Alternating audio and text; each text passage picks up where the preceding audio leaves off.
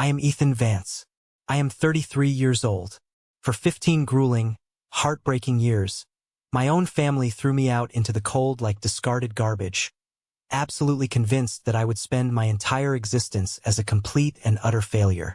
While I was sitting at our Thanksgiving table, actively trying to swallow my pride and maintain a tiny shred of family peace, my father looked me dead in the eye across the turkey and sneered that I could not even afford a mobile home. He laughed at my expense in front of 12 extended family members. My own mother silently passed the gravy without saying a single word in my defense, and my golden child brother smirked into his expensive wine glass. But there was one massive, world-shattering thing they did not know. The dead-end tech support job they loved to mock every single holiday was actually a $6.8 billion corporate empire that I built from the ground up with my own two hands. And right at that very moment, my team of ruthless corporate lawyers was finalizing the hostile takeover of my father's failing company. Now, the arrogant men who ridiculed me in front of our entire family are begging on their knees just to keep their basic salaries. Before I tell you exactly how this entire house of cards came crashing down on their heads, hit like if you believe that true justice always finds a way. And do not forget to let me know where you are watching from in the comments below. Now, let us go back to where it all began, at that suffocating dining room table. The dining room inside my parents' sprawling Bellevue colonial home always smelled of overcooked turkey, stale potpourri, and a thick, suffocating layer of expensive regret. My mother, Eleanor, had never really learned how to roast a bird properly. She always left it in the oven far too long, drying out the meat until it was tough and flavorless. She did this specifically because my father, William, insisted he liked his meat well done. It was just another small, pathetic way he controlled the environment around him, and another way she bent over backward to accommodate his every whim, completely disregarding anyone else's preferences. I sat near the end of the long mahogany table, tracing the gold leaf rim of my water glass with my index finger. The tension in the room was thick enough to cut with a carving knife. I was 33 years old, but sitting in that chair, surrounded by the judging eyes of my aunts, uncles, and cousins, I felt the familiar, phantom weight of my childhood pressing down on my chest. My father was holding court at the head of the table. At 58 years old, he still wore his title of Vice President of Operations at Redstone Manufacturing like a cheap, tarnished crown. He had poured his second glass of bourbon, the alcohol loosening his tongue and sharpening his natural cruelty. He gestured sharply with his silver fork, pointing the prongs directly at me across the length of the table. 33 years old, William announced, his voice booming over the quiet clinking of silverware. 33, and still renting some tiny, depressing apartment in Seattle. Doing what exactly, Ethan? Playing with computers all day. The room went dead silent. The low murmur of family gossip instantly evaporated. My Aunt Margaret shifted uncomfortably in her seat, clutching her linen napkin. Nobody defended me. In 33 years, nobody in this room had ever raised their voice to defend me. My older brother Caleb, who at 35 still lived entirely for our father's validation, puffed out his chest. Caleb had just closed some mid-level supply contract at Redstone, supposedly saving the company a fraction of the money they were hemorrhaging, and he was currently soaking up the praise like a sponge. Beside him, his wife Chloe adjusted her diamond tennis bracelet and offered me a look of practiced, hollow pity. Chloe came from a family that valued status above oxygen, and she had always viewed me as a humiliating stain on the Vance family name. Caleb has actual security, my father declared loudly, cutting a dry piece of turkey with excessive force. Caleb has a solid salary, a comprehensive pension plan, and a growing real estate portfolio. Redstone Manufacturing has been the absolute backbone of this industry for 60 years. That is what real business looks like. Not whatever fantasy tech bubble you are wasting your youth on. I told you a decade ago to study accounting. I told you to get a safe, practical job. But no, you had to chase this computer nonsense. Look at you now. You cannot even afford a mobile home right now, Ethan. I took a slow, deliberate sip of my water. I felt the cold liquid slide down my throat. I set the glass down perfectly on the exact center of the coaster. My phone, hidden in the inner breast pocket of my tailored blazer, vibrated against my chest. One long pulse too short. That was the specific notification pattern for Clara, my chief operating officer. The message was undoubtedly urgent, but I absolutely refused to break eye contact with my father. Technology changes extremely fast, I replied. My voice was completely flat, a smooth, unreadable surface devoid of the anger and humiliation he was so desperately trying to provoke. Nothing is ever truly stable in my field. Exactly, my father pounced, his face flushing with the triumphant thrill of a man who thought he had just won the argument. He slammed his hand down on the table, rattling the fine china. You work for some no-name startup that could completely vanish tomorrow morning. You have zero assets. You have no real career. Look at your brother. Look at the incredible life he is building. It is a tragedy, frankly. I smiled. It was not a defensive smile, and it was certainly not a submissive one. It was a genuine, terrifyingly calm smile that did not quite reach my eyes. For 15 long years, I had let them believe their own fabricated narrative. I let them think I was a struggling, bottom-tier IT desk worker who barely made enough money to cover his monthly rent.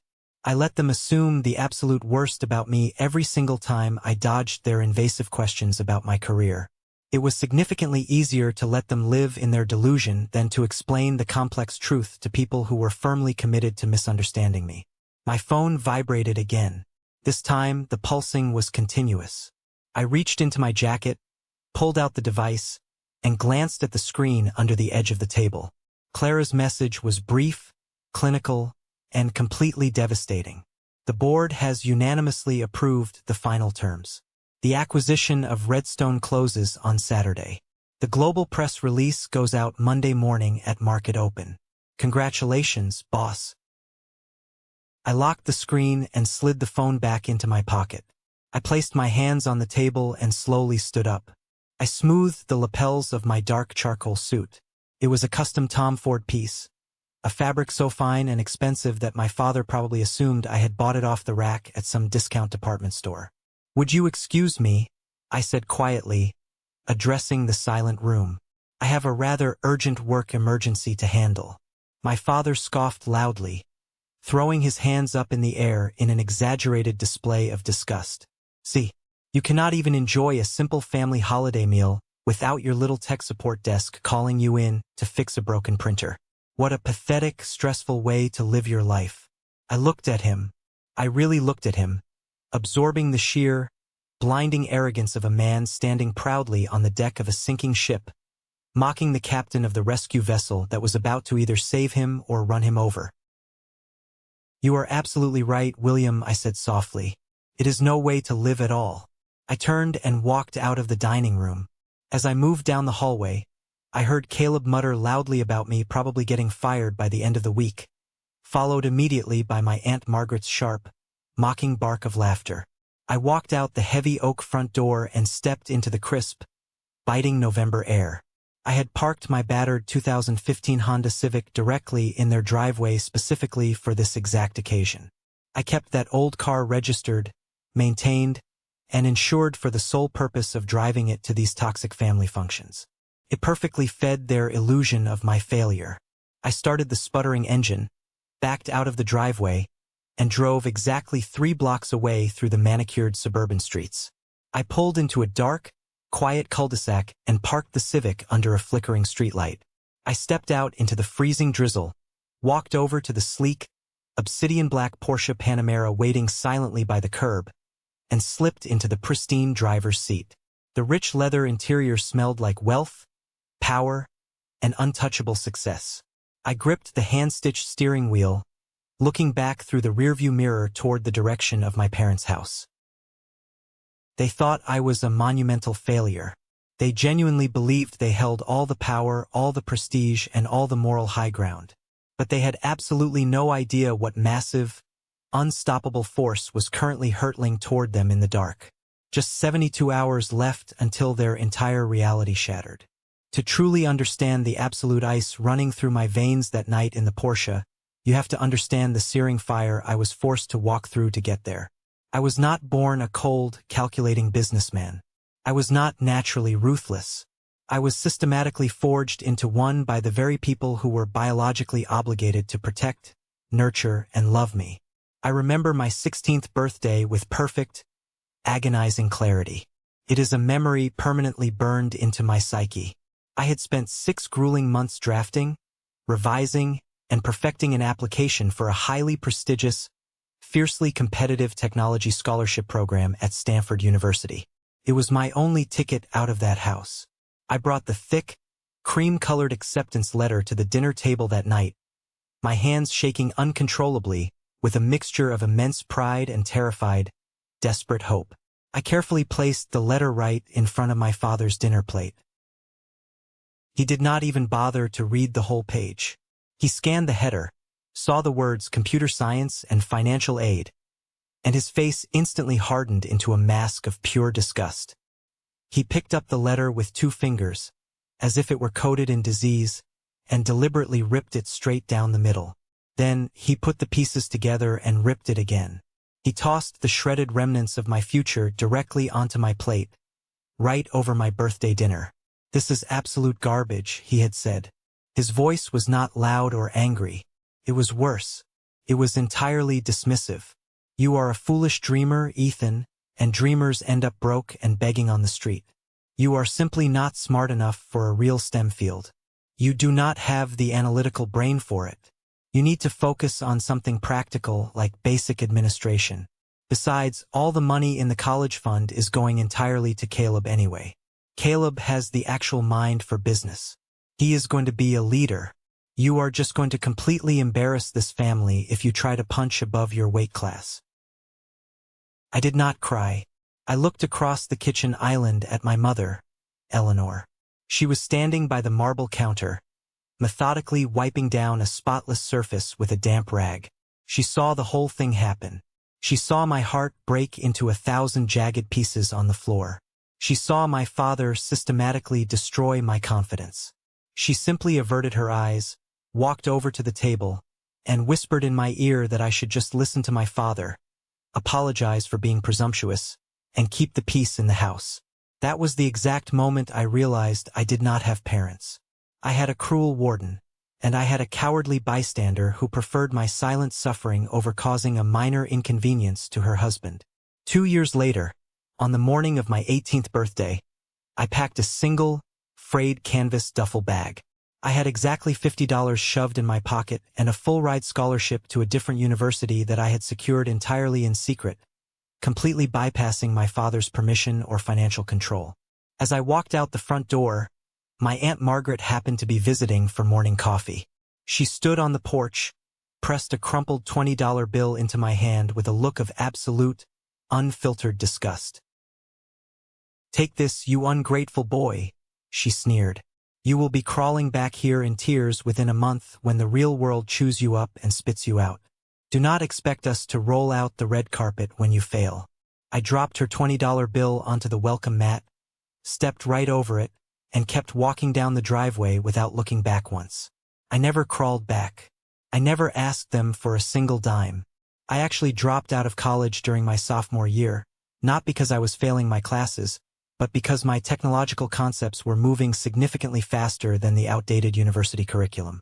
I moved into a freezing, uninsulated garage in Palo Alto. I ate cheap instant noodles for 8 months straight. I built the very first, rudimentary iteration of Nextech solutions on salvage servers that I practically duct-taped together to keep running. 15 years of relentless, brutal, soul-crushing grinding followed. I sacrificed my sleep, my physical health, my personal relationships, and any semblance of a normal, carefree 20s. I worked 100-hour weeks while my peers were at bars. But my obsession paid off. Nextech rapidly evolved from a scrappy startup into a global enterprise cloud infrastructure giant. We went public. The IPO was historic. My personal net worth skyrocketed into the billions before I turned 30. I owned prime commercial real estate in 3 different states. My diversified stock portfolio generated more passive daily income than my father earned in an entire decade at Redstone. And through it all, I maintained a strict, impenetrable boundary with my family. I only showed up to major holidays to quietly observe them, like a scientist watching a particularly toxic ant farm. Whenever my mother called me, which was rare, it was strictly to boast endlessly about Caleb's mediocre, unearned promotions, or to complain bitterly about petty neighborhood HOA meetings. They never asked about my life, my health, or my career, so I never offered them the truth. The ultimate turning point, the moment the universe aligned perfectly, happened exactly 3 weeks before that fateful Thanksgiving dinner. I was sitting at the massive oak desk in my penthouse office in downtown Seattle. Clara, my brilliant COO and the closest thing I had to actual family, walked through the heavy glass doors and dropped a thick, red-tabbed financial dossier right in front of me. Nextech was currently looking to aggressively diversify our hardware production capabilities by acquiring a legacy manufacturing firm. Take a very close look at target number 4, Clara said. Her tone was carefully neutral, professional as always, but I saw the sharp, knowing glint in her dark eyes. I opened the heavy file. The bold letters across the top page read, Redstone Manufacturing. My father's company. The place where my father and my brother had practically built their entire arrogant identities. I scanned the executive summary. Redstone was bleeding out from a dozen self-inflicted wounds. Their operational costs were staggering. They were losing major, long-term automotive contracts left and right due to missed deadlines and poor quality control. They were legally entangled in a nightmare of bad vendor agreements, and their third-quarter financial projections were absolutely catastrophic. I read through the leadership directory attached to the back of the file. William Vance, VP of Operations. Caleb Vance, Senior Supply Chain Manager. If they do not secure a massive buyout within the next 2 financial quarters, Clara explained, stepping up to the floor-to-ceiling glass window overlooking the sprawling Seattle skyline, they are looking at total, irreversible insolvency. Chapter 11 Bankruptcy. Complete asset liquidation. Thousands of people will lose their jobs. I stared hard at the stark black numbers on the white paper. The irony in the room was so thick it was almost suffocating. The very men who endlessly preached to me about financial responsibility, who mercilessly mocked my tech career as a childish fantasy, were currently piloting a massive corporate Titanic straight into a financial glacier, and they were entirely too arrogant to even see the ice. I felt a cold, deep, fundamental shift in my chest. This was not about petty revenge. It was about ruthless, objective business. Redstone actually possessed the exact manufacturing infrastructure and warehouse footprint that Nextech desperately needed to scale our new proprietary hardware division. The only real problem with Redstone was its bloated, arrogant, grossly incompetent management team. Draft the preliminary acquisition proposal, I told Clara. My voice was steady, betraying none of the absolute hurricane of emotion churning inside me. Offer their board $340 million. Initiate a hostile takeover protocol if they resist, but trust me, they won't. They are entirely too desperate to survive. And Clara? Make absolutely sure that the post-acquisition transition involves a complete, merciless, forensic audit of the entire operations division. Leave no stone unturned. She nodded, a faint, predatory smile touching the corners of her lips. Consider it done, Ethan. That single conversation was the match that lit the powder keg. I was about to buy the very ground my toxic family walked on. I thought the financial numbers would just tell a sad story of outdated business practices and lazy management. I was incredibly, profoundly wrong. The truth currently hidden deep in their corporate ledgers was far darker and far more criminal than I could have ever imagined. The Saturday immediately following Thanksgiving, the weather in Seattle was violently unforgiving. The relentless November rain lashed aggressively against the reinforced, floor-to-ceiling windows of the Nextech executive boardroom on the 50th floor. The room was designed to intimidate, featuring a massive, 30-foot polished marble conference table and state-of-the-art holographic display screens. I sat at the absolute head of the table, wearing a dark navy suit that cost more than most people's annual rent. To my immediate right was Clara, her tablet glowing softly in the dim, atmospheric lighting. To my left sat Thomas, my ruthless head of legal, a man whose contract clauses were tighter than a steel trap and who lived for the thrill of corporate litigation. Sitting directly across the vast expanse of marble from us was Victor Hendricks, the aging CEO of Redstone Manufacturing. He looked utterly exhausted, defeated by months of sleepless nights. His suit hung loosely on his shrinking frame, and he sweated visibly despite the aggressively climate-controlled air of my building. He had brought his chief financial officer, a deeply nervous, balding man who could not stop bouncing his knee against the underside of the table. They had absolutely no idea who I was in relation to their loudmouth VP of operations. To Victor and his CFO, I was just Ethan Vance, the terrifyingly young, notoriously ruthless tech billionaire who was aggressively throwing them a heavily conditional life preserver in the middle of a Category 5 financial hurricane. "Mr. Vance," Victor began, nervously shuffling a stack of printed papers in front of him. His voice trembled slightly, lacking the authority a CEO should project. "We deeply appreciate you meeting with us on a holiday weekend. We truly believe Redstone has immense, untapped value. Our institutional knowledge and historical footprint in the manufacturing sector are unparalleled." I leaned forward slowly, resting my elbows on the cold marble and clasping my hands together. I let the silence stretch out, forcing Victor to sit in his own discomfort. "Victor, let us entirely skip the exhausted corporate theater," I said, my voice dangerously soft. "Your institutional knowledge is currently driving your company straight into the ground at terminal velocity. Your operational overhead is 40% higher than the industry standard. 2 of your largest legacy automotive clients just walked away last month because of severe supply chain failures. You are sitting at my table today because you have absolutely zero other options left." Victor swallowed hard, his Adam's apple bobbing. He looked desperately at his CFO, who simply stared blankly at the marble table, refusing to make eye contact. "We are fully prepared to accept the $340 million valuation exactly as proposed," Victor said quietly, the fight completely draining out of him. "But my board needs specific stipulations regarding current upper management. We desperately want guarantees that the core executive team will remain completely intact for at least a 2-year transition period. We need stability." I slowly turned my head and glanced at Thomas. Thomas did not say a word. He simply opened his laptop and, with a single keystroke, projected a massive, highly detailed forensic spreadsheet onto the 80-inch display screen directly behind me. It was a comprehensive breakdown of Redstone's catastrophic supply chain losses over the past 18 months. "I am afraid that keeping your management team intact is entirely out of the question," I said smoothly, gesturing to the screen behind me. "During our due diligence phase, we conducted a deep forensic dive into your operations division. The inefficiencies we uncovered are not just systemic or lazy. They are actively, provably criminal." Victor paled, his skin turning the color of old parchment. "What exactly do you mean?" I tapped the table with my index finger, directing his terrified attention to a specific, bright red highlighted column on the massive screen.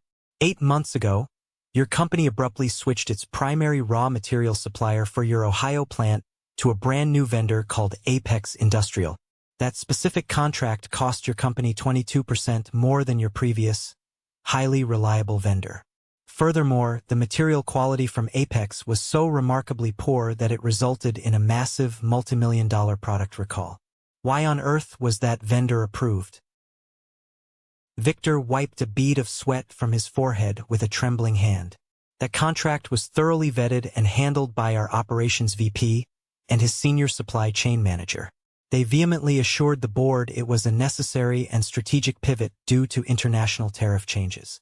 I looked right through him, my eyes stripping away his remaining dignity. I pulled out a separate, thick red legal folder that Thomas had painstakingly prepared. I opened it and slid 3 glossy photographs and a bank statement across the table toward Victor. The senior manager who aggressively pushed that catastrophic contract is Caleb Vance, I stated, my voice echoing in the large room. The vice president who officially approved it, bypassing standard compliance checks, is William Vance. Our private investigators dug into the corporate filings. Apex Industrial is not a legitimate manufacturing supplier. It is a shell company registered in Delaware, fully owned by Caleb Vance's father-in-law. The silence in the boardroom was absolute, ringing in my ears. Victor looked like he had just been struck forcefully in the chest with a sledgehammer. The nervous CFO completely stopped bouncing his knee. Caleb Vance essentially funneled millions of dollars of corporate funds directly into his wife's family business at a massive premium.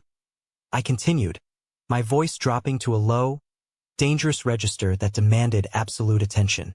And William Vance deliberately buried the internal audit reports to protect his incompetent son. This is not just a series of bad business decisions, Victor. This is a massive, coordinated breach of fiduciary duty. This is blatant fraud. This is grounds for an immediate company-destroying lawsuit. If this information goes public, your stock goes to absolute zero before the market even opens on Monday morning. Your investors will demand blood. Victor buried his face in his trembling hands, letting out a ragged breath. He looked up, his eyes bloodshot and completely defeated. He knew he was trapped in a corner with a predator. What are your exact terms? Nextech assumes total, unconditional corporate control, Thomas stated sharply, finally speaking up as he slid the final, binding contract across the table. No golden parachutes for your operations management. No severance packages for executives terminated for cause. We retain the unilateral right to terminate any employee immediately if gross misconduct is proven. You sign this document right now, today, or we walk away from this table, leak the fraud investigation to the press, and let the SEC tear your entire company apart piece by piece. There was a long, agonizing moment of hesitation. A senior board member on our side, Gregory, cleared his throat loudly over the conference speakerphone. Gregory was an old-school, highly conservative investor who always actively looked for a reason to doubt my aggressive, modern tactics. Ethan, Gregory said, his voice dripping with condescension, are we absolutely sure we want to inherit this radioactive mess? The legal liability alone is significant. The potential for a massive lawsuit from angry shareholders is high. I shut Gregory down instantly, my voice cracking like a whip. We are buying the physical infrastructure and the patents, Gregory, not the toxic personnel. The legal liability vanishes the second I clean house and turn their operations over to the authorities. The core assets are perfectly sound. The cancer is entirely localized in middle management, and I am the surgeon holding the scalpel. Victor slowly picked up the heavy, silver Montblanc pen provided by Thomas. His hand shook violently as he signed his name on the dotted line, his signature jagged and uneven. With a few frantic strokes of expensive ink, 60 years of Redstone manufacturing history, and the entire professional foundation of my family was officially handed over to me. After Victor and his silent CFO left the room, looking like men walking to a funeral, Clara began efficiently packing up her tablet. That was incredibly brutal, she noted softly, though looking closely at her face, she did not look the least bit displeased. It was necessary, I replied, standing up slowly and walking over to the massive window.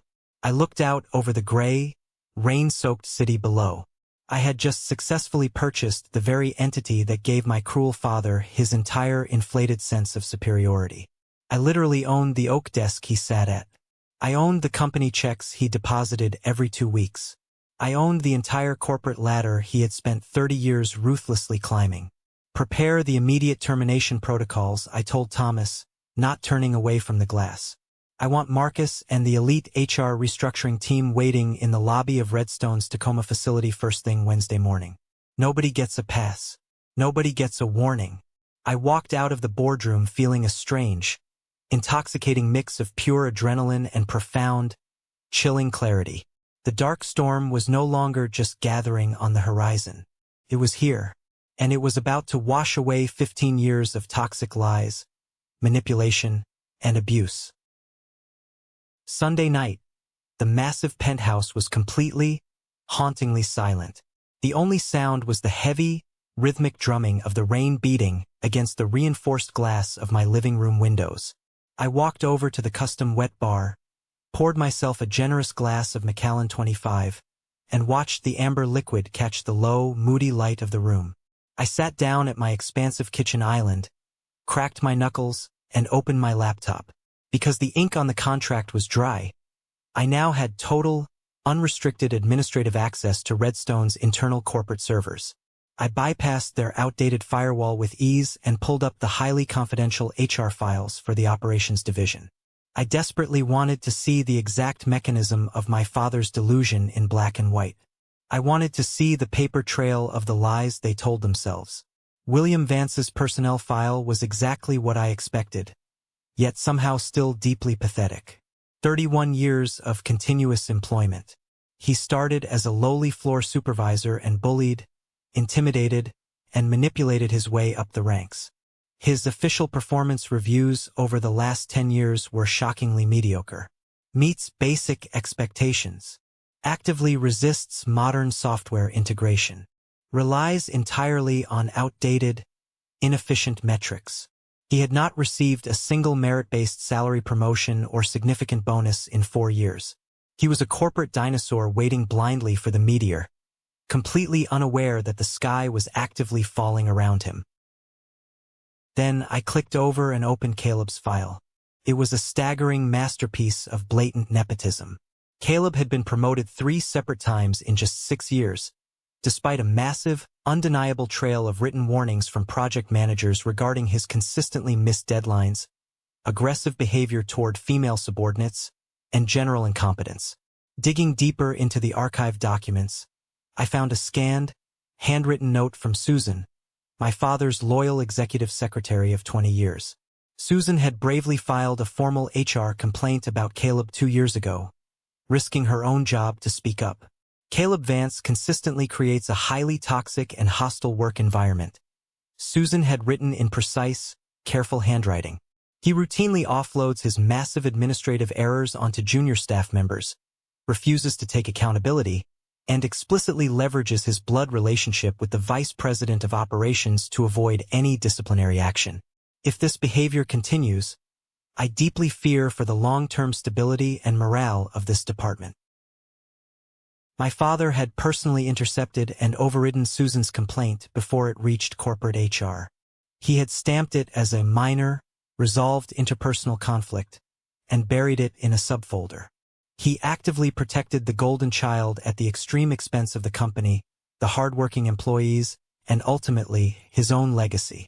I took a slow, deliberate sip of the expensive whiskey. The deep burn in my chest felt good, felt grounding. I thought about Caleb bragging loudly at the Thanksgiving table about his real estate investments, his secure pension, and his brilliant business acumen. I thought about my mother nodding along, perfectly content in her suffocating bubble of denial, choosing the comfort of a lie over the difficult reality of the truth. They had built an entire, elaborate reality based solely on my father's supposed brilliance and authority. Tomorrow morning, that fragile, pathetic reality was going to shatter into a million irreparable pieces. The impending divorce of Caleb and his status-obsessed wife Chloe was practically guaranteed once the money dried up. A bitter custody battle over their assets would likely follow. It was going to be a metaphorical funeral for the Vance family ego. I did not sleep a single wink that night. I sat alone in the dark, watching the bright lights of the ferries crossing the dark waters of the Puget Sound. I searched my soul, looking for a shred of guilt or hesitation. I found absolutely nothing. I felt no guilt. I felt no remorse. I had spent my entire youth trying desperately to figure out how to earn their basic love, only to brutally realize that their love was entirely conditional upon my total submission. They desperately needed me to be a small, pathetic failure so they could feel big and successful. I refused to be small anymore. I was a giant, and it was time they looked up. Monday morning arrived crisp, cold, and blindingly bright. I showered, shaved with meticulous care, and dressed in a fresh charcoal gray Tom Ford suit. I locked my heavy platinum Rolex into place on my wrist, grabbed my keys, and drove the Porsche through the light morning traffic to the next tech tower. The energy on the executive floor was absolutely electric. It hummed with the focused intensity of a war room. My elite PR team was stationed in the main bullpens, their keyboards clacking relentlessly as they coordinated with major news outlets. Clara was pacing near the glass walls, a Bluetooth earpiece in her ear, barking rapid-fire orders to the legal team. At exactly 6:30 a.m. Pacific Time, perfectly synchronized with the opening bell on the New York Stock Exchange, the global press release went live across every major financial news wire in the world. Nextech Solutions announces aggressive $340 million acquisition of legacy manufacturer Redstone. Within 10 minutes, the news exploded. My face, sharp and unsmiling in my official corporate headshot, was plastered across the front page of Bloomberg, Forbes, and the Wall Street Journal. The massive feature articles detailed my incredibly aggressive business strategy, my rapid rise from a struggling college dropout to a billionaire titan, and the ruthless, clinical efficiency with which Nextech absorbed its corporate targets. There was absolutely no escaping the news. It was broadcast live on CNBC's morning show. It was trending #1 on LinkedIn and Twitter. I walked into my private office, closed the heavy glass door, and sat down at my massive desk. My hands were folded perfectly on the dark leather blotter. I stared intensely at the sleek black phone sitting next to my computer monitor. I knew exactly what was happening 30 miles away in the quiet, manicured suburbs of Bellevue. I pictured my father walking into his pristine kitchen, adjusting his expensive silk tie, pouring his black coffee into his favorite mug. I pictured him picking up his iPad to check the morning market reports, the way he always did to make himself look important in front of my mother. I pictured his aging eyes scanning the bold headlines. I knew the exact sequence of his reactions.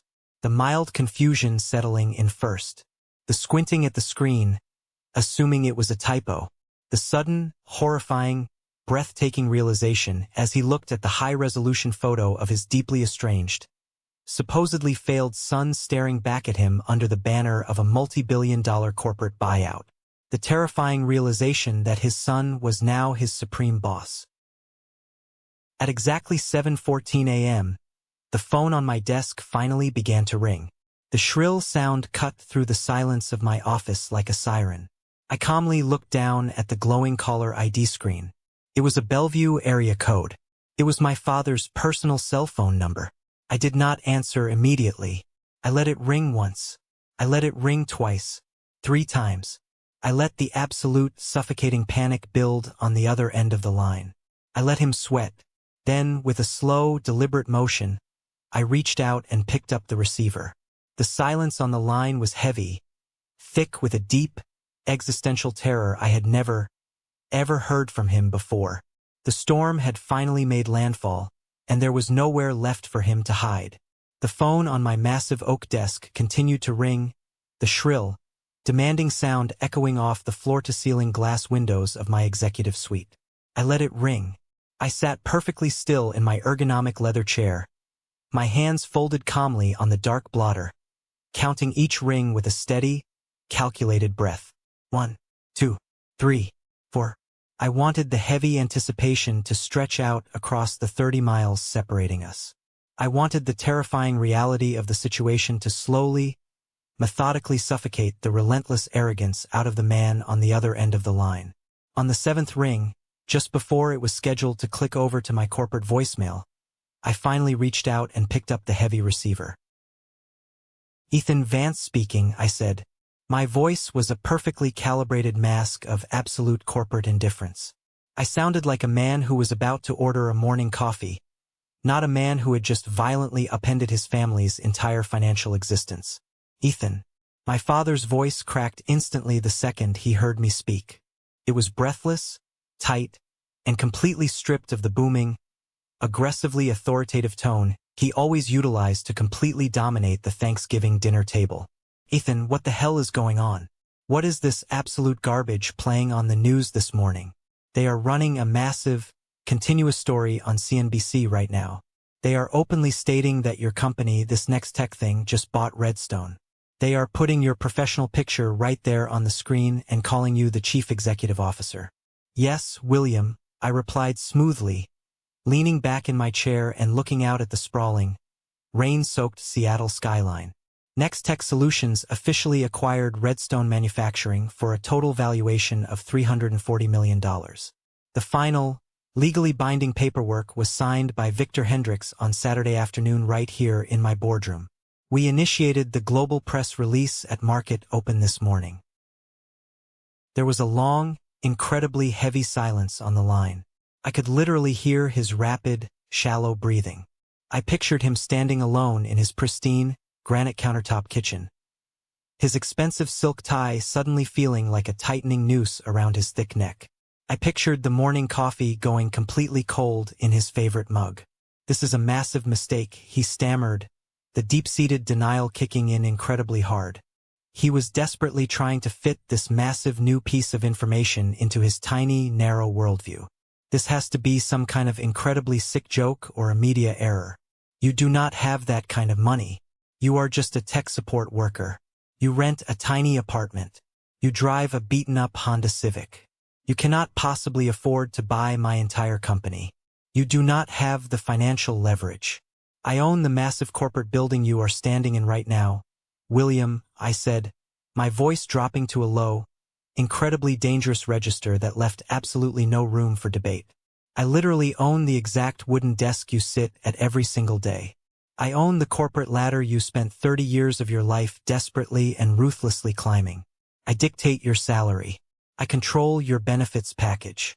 You thought I was a monumental failure because you actively, desperately needed me to be one.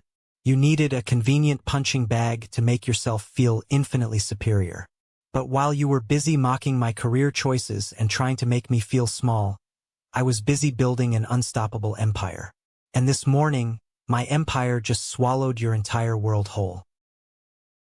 He made a sharp, choking sound, a pathetic gasp for air like a man who had just been forcefully punched in the stomach. "I am your father," he managed to say, his voice trembling so violently I could barely understand the words. "You cannot do this to me. You cannot buy the company I work for. I am not doing a single thing to you as your son," I corrected him coldly, maintaining strict professional boundaries. "I am operating entirely as the chief executive officer of the parent conglomerate that now completely owns your employer. We are sending an elite HR restructuring team to the Tacoma facility today at noon. I strongly suggest you put on your absolute best suit, gather your incredibly outdated performance metrics, and prepare for a very long, very difficult afternoon. We will be aggressively evaluating every single salary, every unearned promotion, and every operational failure under your direct management over the last decade. Have a highly productive day, William." I placed the receiver down gently, completely cutting off whatever desperate, emotional plea he was about to make. The resulting silence in my office felt incredibly pure and clean. By exactly noon that day, my aggressive integration team, led by a ruthless, highly efficient corporate hatchet man named Marcus, descended upon the Redstone manufacturing plant in Tacoma. I did not go in person. I did not need to be physically present to exert my total control. Because I was the new owner, I had full, unrestricted access to the high-definition security cameras installed in their main conference room. I sat back comfortably at my desk in Seattle, pulled up the live, high-resolution video feed on my massive secondary monitor, and watched the corporate destruction unfold in real time. The large conference room was packed wall-to-wall with terrified middle managers and senior executives. My father sat right near the front row, his posture rigid, his face an ashen, sickly gray. Right next to him was Caleb, my golden child brother, looking exactly like a deer caught directly in the headlights of a massive, speeding freight train. Marcus stood confidently at the head of the long table, projecting our forensic financial findings onto the massive screen. Marcus did not mince a single word. He systematically and brutally tore apart Redstone's catastrophic operational inefficiencies. He explicitly pointed out the staggering financial waste, the deeply outdated supply chain metrics, and the gross, undeniable incompetence of the upper management team. When Marcus calmly announced to the room that Nextech was officially initiating a 40% workforce reduction in the operations sector, effective immediately, I watched my father visibly flinch on camera. The high-definition feed caught the exact, precise moment his entire inflated, artificial ego completely collapsed. He looked around the crowded room, making terrified eye contact with the various men and women he had bullied, intimidated, and belittled for years. In that singular moment, He realized that he no longer held a single ounce of power or authority over any of them. He was no longer the intimidating vice president. He was just another highly expendable line item on my massive financial spreadsheet. At exactly 3 o'clock in the afternoon, my private, secure office line rang. It was the head of building security station down in the grand lobby. "Mr. Vance," the security chief said, his tone incredibly respectful and cautious. "We have an older gentleman down here actively demanding to see you. He claims to be your biological father. He does not have a scheduled appointment, he refuses to leave, and he is becoming highly agitated and loud with the front desk staff. Do you want me to have the security team physically escort him off the premises?" "Send him up," I said smoothly. "Ensure he does not wander the floor. Bring him directly to my suite." I stood up, walked over to my custom, marble-topped wet bar, and poured myself a tall glass of sparkling water. I wanted an incredibly clear, focused head for this interaction. 5 minutes later, the heavy, soundproof glass doors of my executive suite slid open silently. My father stepped awkwardly into the room. He stopped dead in his tracks the moment he crossed the threshold. His eyes darted wildly around the massive, luxurious space, taking in the breathtaking panoramic views of the Seattle skyline, the incredibly expensive modern art hanging on the walls, and the sheer, undeniable scale of the immense wealth I had accumulated. Standing in my world, he looked incredibly small and insignificant. His tailored navy suit, the one he always wore to look intimidating at family dinners, suddenly looked cheap and poorly fitted. His shoulders were deeply slumped, and the arrogant, overbearing swagger he always carried himself with was completely, permanently gone. "Ethan," he began, his voice shaking terribly.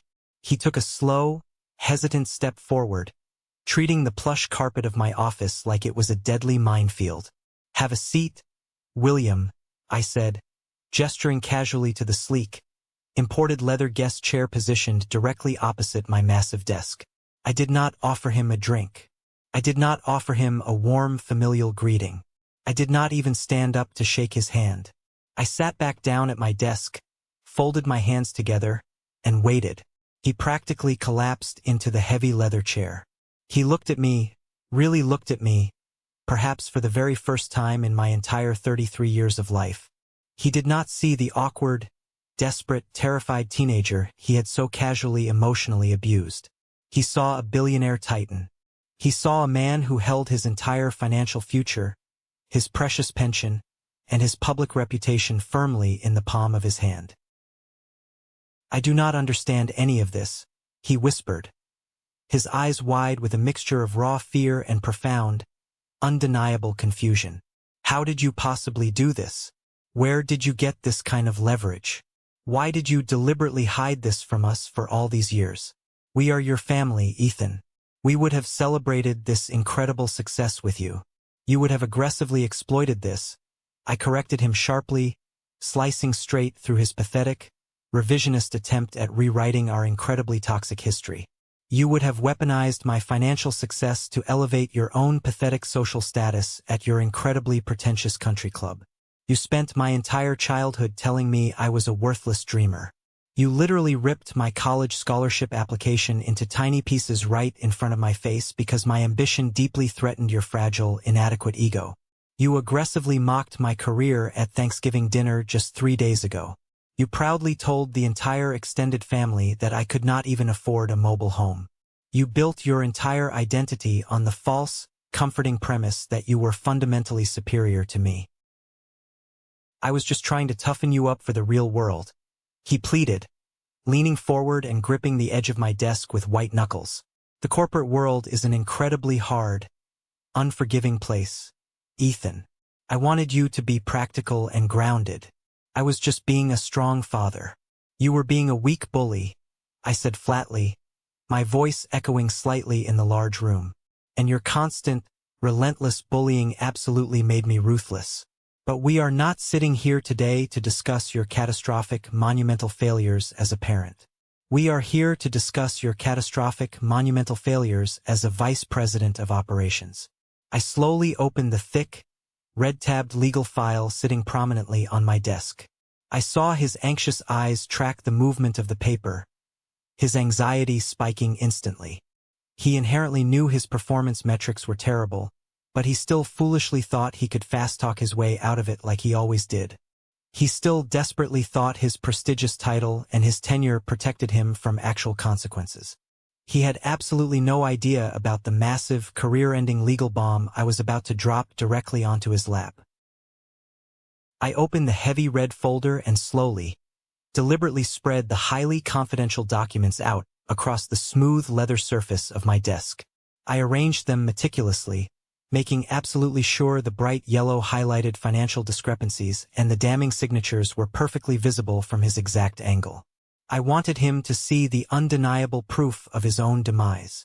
Your overall department metrics are an absolute, unmitigated disaster, William, I stated, my voice completely devoid of any familial warmth or sympathy. You have completely, thoroughly stagnated for over a decade. Your output is terrible, your employee retention is a joke, and your strategic vision is non-existent. But unfortunately for you, poor performance is just a standard corporate firing offense. What you and Caleb have deliberately done over the past 18 months goes incredibly far beyond simple management incompetence. My father swallowed incredibly hard, his throat clicking audibly in the quiet room. Caleb is a good, hard-working boy, he said defensively, a pathetic, knee-jerk reaction he had employed for 35 years to shield his golden child from any accountability. He works incredibly hard for that company. The current supply chain issues are a massive global problem. Ethan, you simply cannot blame your own brother for international shipping delays and logistics nightmares. I am not blaming Caleb for international shipping delays, I said, leaning forward and resting my forearms heavily on the desk. I am explicitly blaming Caleb for documented, undeniable corporate fraud. And I am explicitly blaming you for aggressively, illegally covering it up to protect him from federal prosecution. The color completely drained from my father's face in an instant. He looked exactly like a man who had just been diagnosed with a highly aggressive terminal illness. What on earth are you talking about, Ethan? I picked up the detailed bank statements and the official state shell company registration documents. I read the specific details out loud, ensuring every single word landed like a devastating physical blow to his chest. 8 months ago, Caleb unilaterally and inexplicably canceled a highly reliable, cost-effective raw materials contract. He then immediately signed a massive, multi-million-dollar exclusive vendor agreement with a completely unknown company called Apex Industrial. Apex Industrial explicitly charges 22% above the current competitive market rate, and their materials are so severely defective they caused a massive product recall in your Ohio facility. I paused, locking my cold eyes directly with his terrified ones. Apex Industrial is a registered shell corporation entirely owned and operated by Chloe's father, your precious daughter-in-law's family. Caleb deliberately, systematically funneled millions of dollars of Redstone corporate funds directly into his own family's pockets. He essentially embezzled massive amounts of money through highly inflated, fraudulent vendor contracts. He bought real estate with stolen corporate money. And when Susan, your fiercely loyal executive secretary, correctly flagged the glaring financial discrepancies and bravely filed a formal HR grievance, you personally intercepted that report, physically destroyed the paper copy, and buried the digital trail deep in the servers to keep your golden boy out of federal prison. My father began to physically shake. His hands trembled so violently he had to grip his own knees with staggering force just to keep them relatively still.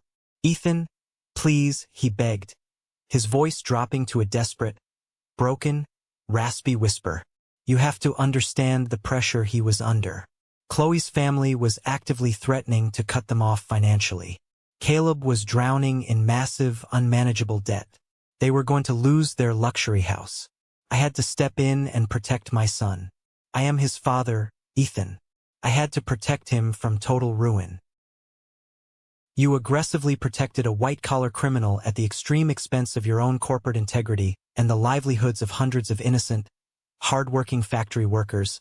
I shot back, my voice echoing off the glass walls with righteous fury. That is a massive, unforgivable breach of fiduciary duty. I have a highly aggressive team of corporate lawyers currently drafting the lawsuit as we speak. I have enough irrefutable, documented evidence to have you both arrested, handcuffed, and charged with grand larceny and corporate fraud before the sun even sets today. Before my father could even attempt to formulate another pathetic, enabling excuse, the heavy glass doors of my office swung open violently, crashing against the rubber stops. Caleb burst into the room, his face flushed a bright, angry red, sweating profusely through his expensive dress shirt. I had explicitly instructed my security team downstairs to let him up the absolute moment he arrived in the building. I wanted them both in this room for the final execution. "Dad," Caleb yelled, completely ignoring my commanding presence at first. He marched aggressively toward my father, waving his cell phone frantically in the air. HR just handed me a termination notice with cause. They physically escorted me out of the building with armed security. They are explicitly saying that Nextech is preparing to file a massive, multimillion-dollar lawsuit against me for the Apex industrial contract. You specifically told me you buried that paperwork. You promised me to my face that absolutely nobody would ever find out about the real estate ties. Caleb, for the love of God, shut your mouth. My father hissed violently, frantically gesturing toward me sitting behind the desk. Caleb finally stopped his hysterical ranting and looked across the room at me. He looked at the custom designer suit, the breathtaking panoramic view of the city, the sheer, undeniable power radiating from the chair I occupied. The absolute reality of the situation finally penetrated his thick, arrogant, entitled skull. His jaw literally dropped open. "Ethan," Caleb stammered, looking wildly back and forth between me and our terrified father.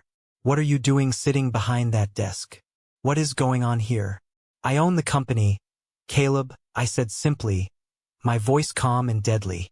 "I am the chief executive officer and majority shareholder of Nextech Solutions. I bought Redstone Manufacturing on Saturday afternoon, and I am the exact person who specifically ordered your immediate, highly public termination." Caleb looked like his brain was completely short-circuiting. The golden child, the arrogant man who had smoothly coasted through his entire existence on unearned privilege, nepotism, and parental favoritism, was suddenly standing completely exposed in front of a corporate firing squad, and he had absolutely no armor left to protect him. Blind, sheer panic overtook him completely. The deeply ingrained instinct for selfish self-preservation kicked in immediately, instantly stripping away any lingering loyalty he had to the man who had spent 35 years fiercely protecting him. Caleb turned sharply toward my father, his face twisting into an incredibly ugly mask of pure, unadulterated desperation. "Tell him it was entirely your idea." Caleb screamed at our father, pointing a trembling, accusatory finger right at the older man's chest. "Tell him you forcefully coerced me to sign those vendor contracts. You are the vice president of operations. You have the ultimate authority. I was just blindly following your direct, explicit orders. You told me to push the Apex deal through to save the family face." My father violently recoiled, as if he had just been physically slashed across the face with a razor blade. "Caleb, what on earth are you saying? I committed a felony to save your house. I risked my entire professional career and my pension to cover up your incredible mess. I did not know what I was doing." Caleb shrieked, his voice cracking hysterically, echoing loudly in the large office. He turned back to me, clasping his hands together in a pathetic, disgusting begging gesture. "Ethan, listen to me. Please listen to me. He manipulated me.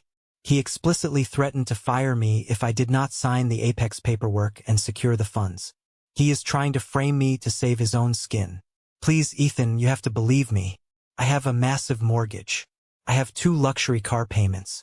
Chloe will absolutely demand a divorce and take full custody of the kids if I go bankrupt. You have to drop the lawsuit. Punish him, he is the mastermind, not me." I sat back comfortably in my heavy leather chair and watched the magnificent, beautifully tragic spectacle unfold before my eyes. This was the legendary, ultimate twist I had not even fully anticipated when I bought the company.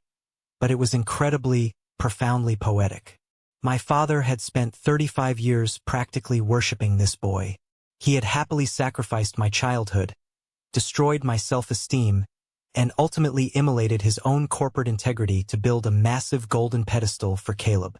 And the absolute second things got difficult, the very second there were actual, terrifying, life-altering consequences, the golden child aggressively shoved his own father directly under the bus without a single moment of hesitation. I looked at William.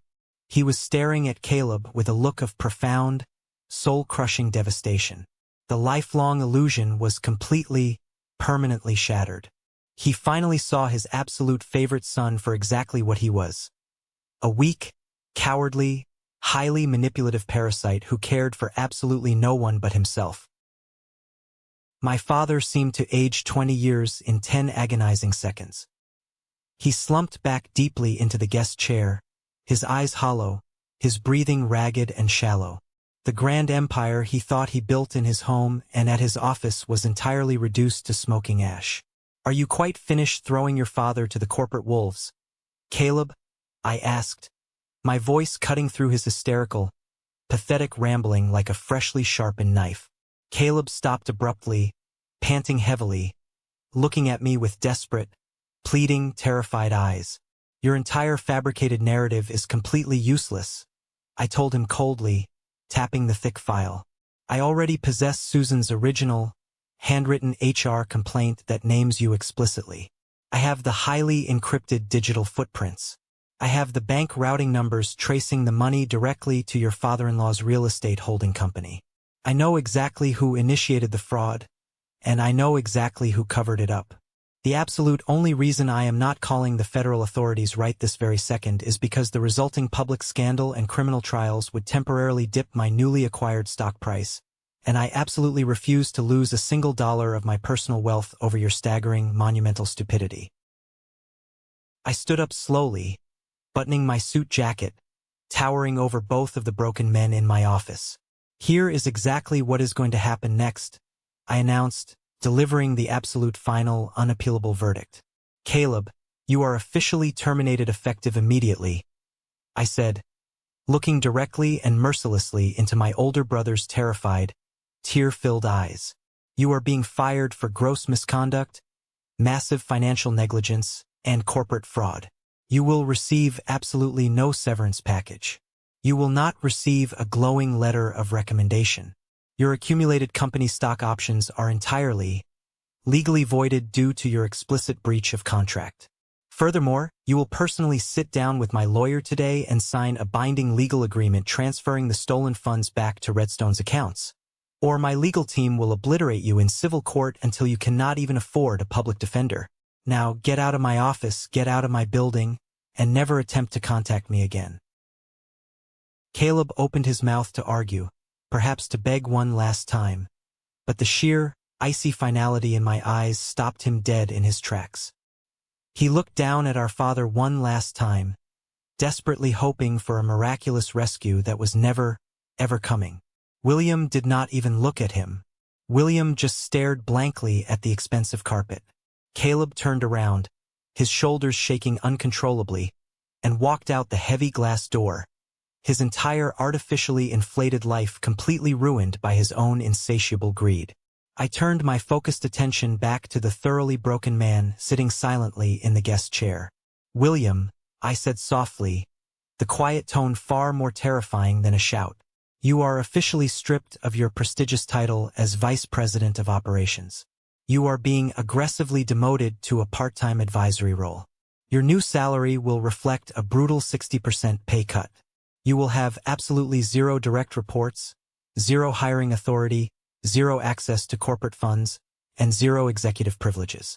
You will sit in a tiny, windowless cubicle on the ground floor, you will run basic efficiency reports all day, and you will report directly to Marcus." My father slowly, painfully lifted his head. His eyes were completely bloodshot. "Why are you keeping me on the payroll at all, Ethan?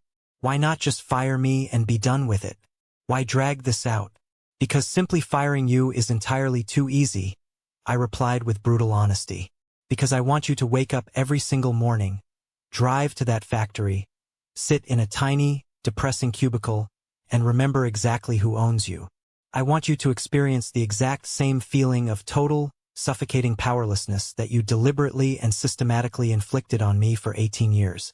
You keep your basic health insurance, and you keep a tiny fraction of your dignity so you don't end up on the street, but you lose your entire empire. He nodded slowly, completely defeated. He stood up, his joints popping audibly, looking like a frail, elderly man who had given up on life. You win, Ethan, he whispered, his voice incredibly hollow. You finally proved you are better than us. I was always better than you, William, I said, my voice unwavering. You were just too incredibly blind and arrogant to see it. He turned and walked out of my office, the heavy glass doors sliding shut securely behind him, sealing his dismal corporate fate forever. Exactly 10 minutes later, my personal cell phone rang, vibrating aggressively against the wood of my desk. The caller ID flashed my mother's name, Eleanor. The catastrophic news had obviously reached the Bellevue house. I picked the phone up, putting it on speakerphone and tossing it onto the center of my desk. Ethan Vance, what kind of absolute monster have you become? My mother shrieked loudly through the speaker. Her voice was shrill, completely abandoning her usual passive-aggressive, victim-playing tone for outright hostility. Caleb just called me in absolute tears. He says you brutally fired him. He says his wife is already threatening divorce. He says you humiliated your father in front of the entire company. How could you systematically destroy your own family like this? You are a cold-blooded sociopath. I leaned back comfortably in my chair, listening to her aggressively play the ultimate victim one last time. I am running a highly efficient, legally compliant business, Eleanor, I replied calmly. Caleb committed blatant corporate fraud. William illegally covered it up. They are simply facing the natural legal consequences of their own incredibly stupid, arrogant actions. We are your family, she screamed, her voice breaking. You owe us your absolute loyalty. We sacrificed everything for you boys. We constantly struggled to provide for you. We barely had 2 pennies to rub together to put food on the table, and this is exactly how you repay us. That was the exact, perfect moment I decided to detonate the final explosive charge.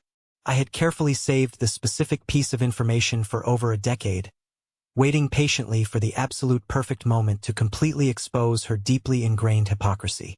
Let us talk intimately about your monumental sacrifices, Eleanor, I said, my voice turning to absolute, unforgiving ice.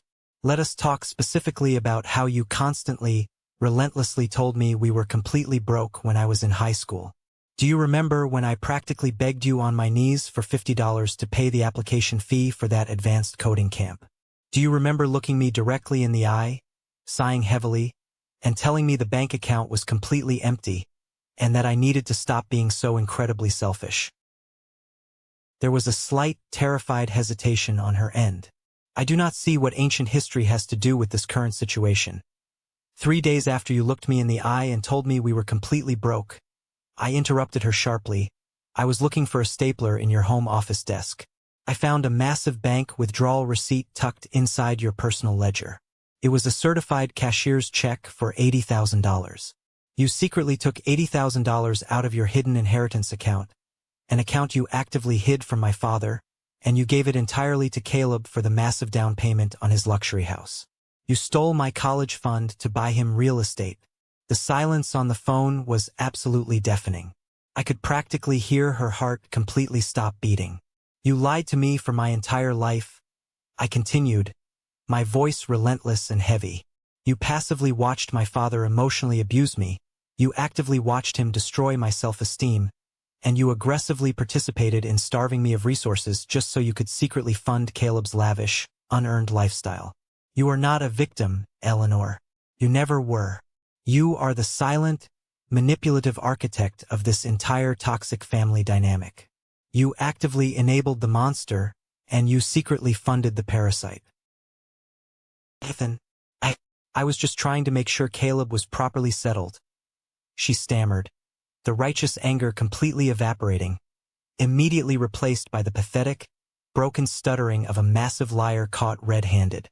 Caleb is definitely settled now, I said coldly. He is currently unemployed, facing massive civil lawsuits, and his impending divorce will absolutely ruin him. The custody battle alone will bankrupt him. And you and William are going to have to quickly figure out how to pay the massive property taxes on that Bellevue mansion with a 60% pay cut. Do not ever call this number again. You do not have a son named Ethan anymore. I reached forward and ended the call abruptly. I picked up the phone, navigated to her contact, and hit block. I did the exact same thing for my father and my brother. With 3 simple, highly satisfying taps on a glass screen, I completely and permanently severed the rotting, toxic umbilical cord that had been slowly choking the life out of me for 33 years. I breathed in deeply. The air in my office felt incredibly clean, wonderfully light, and absolutely, unconditionally free. 6 months later, the vibrant city of Seattle was beautifully bathed in the warm, golden glow of a perfect July evening.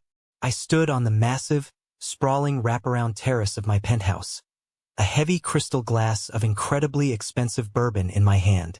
I was watching the brilliant, colorful explosions of the 4th of July fireworks reflecting perfectly off the dark, churning waters of Elliott Bay. The complete transition and total restructuring of Redstone Manufacturing had been a massive, unprecedented corporate success. After surgically and mercilessly cutting out the toxic rot of the upper management team, the company had practically healed itself overnight.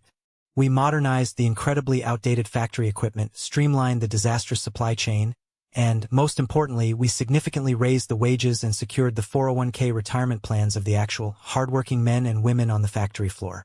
The dedicated employees who had suffered in silence for years under my father's arrogant, incompetent regime were finally thriving. Nextech's stock price had surged an incredible 28% since the acquisition was finalized. Wall Street called me a relentless visionary. I just called it taking out the trash. Word travels incredibly fast in my extended family, mostly thanks to my Aunt Margaret, who possessed a terrifying, almost supernatural ability to sniff out gossip, drama, and failure, and broadcast it loudly to the world. I didn't actively seek out the information about my former family, but it aggressively filtered its way back to me anyway. My father, William, had lasted exactly 3 agonizing months in his tiny, humiliating cubicle. The daily, grinding psychological torture of watching his former subordinates completely ignore his existence while he reported to a logistics manager half his age finally broke his massive, fragile ego completely.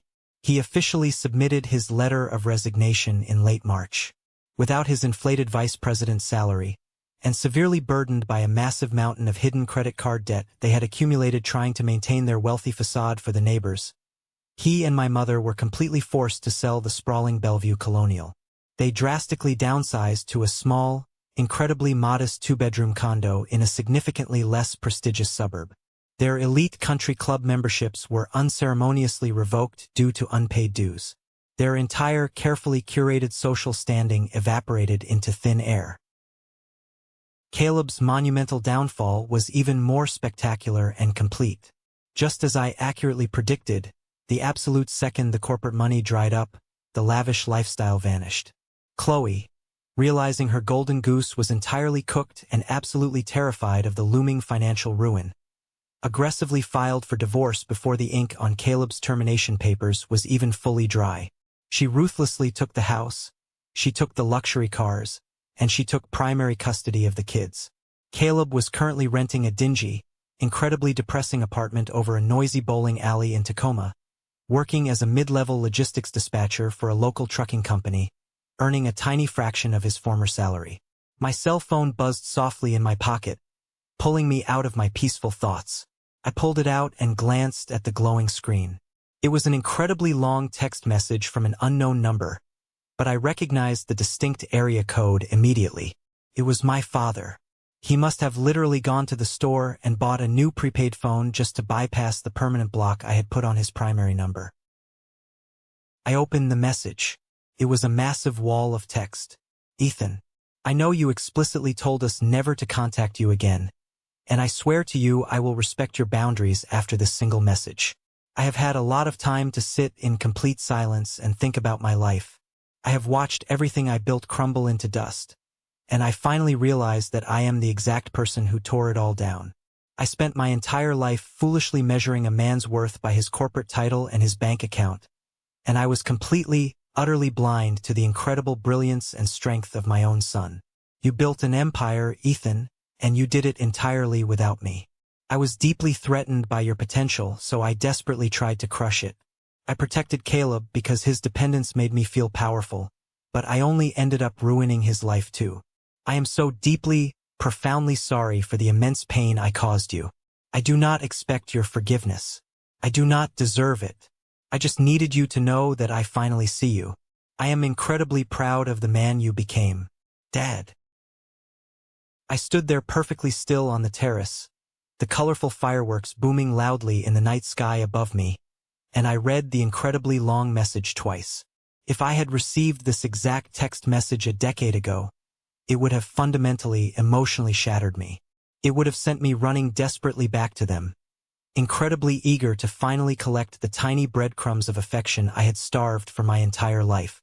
I would have instantly forgiven every single horrific insult, every stolen opportunity, and every cruel Thanksgiving dinner joke just to finally hear my father say he was genuinely proud of me.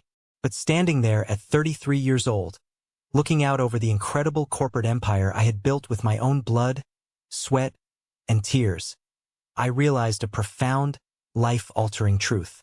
I did not need his apology anymore. It held absolutely no emotional power over me. His belated, desperate realization of my worth did not retroactively heal the terrified, lonely teenager crying in a freezing garage. I had already healed that teenager myself. I had done the excruciatingly hard, incredibly painful work of reparenting my own soul, of building my own unshakable confidence, and of creating a spectacular, massive life entirely on my own terms. Forgiving him would only serve to ease his overwhelming guilt, and frankly, I felt he absolutely needed to sit with that heavy guilt for the rest of his natural life. It was a metaphorical funeral for the men they used to be, and the absolute ultimate consequence of his actions. I did not type a response. I did not send a thumbs-up emoji. I did not write a scathing paragraph throwing his apology back in his face. I simply swiped left on the screen, hit the red delete button, and permanently erased the message from my phone. I slipped the device back into my pocket, picked up my expensive glass of bourbon, and took a slow, deeply satisfying sip. I looked out over the glittering, vibrant city that I had completely conquered. I was Ethan Vance. I was a survivor, a builder, and a titan. Blood might bring us into this world, but absolute respect, ironclad boundaries, and shared moral values are the only things that determine who gets the incredible privilege of walking alongside us in this life. And I was walking perfectly fine on my own. Let's pause for a moment. Thank you for staying with me this far. You're truly amazing. Please help me by liking the video and commenting the number 1 below so I know you've been here with me until this point. This not only helps more people discover this story, but also lets me know that my experiences mean something to someone. Your support is the greatest motivation for me to keep sharing the rest of this journey. Have you ever faced something similar with your own family? Did you ever have to make the excruciating choice to cut toxic relatives out of your life to save your own sanity and protect your peace? Share your story in the comments below, and don't forget to like and subscribe so you don't miss the next journey.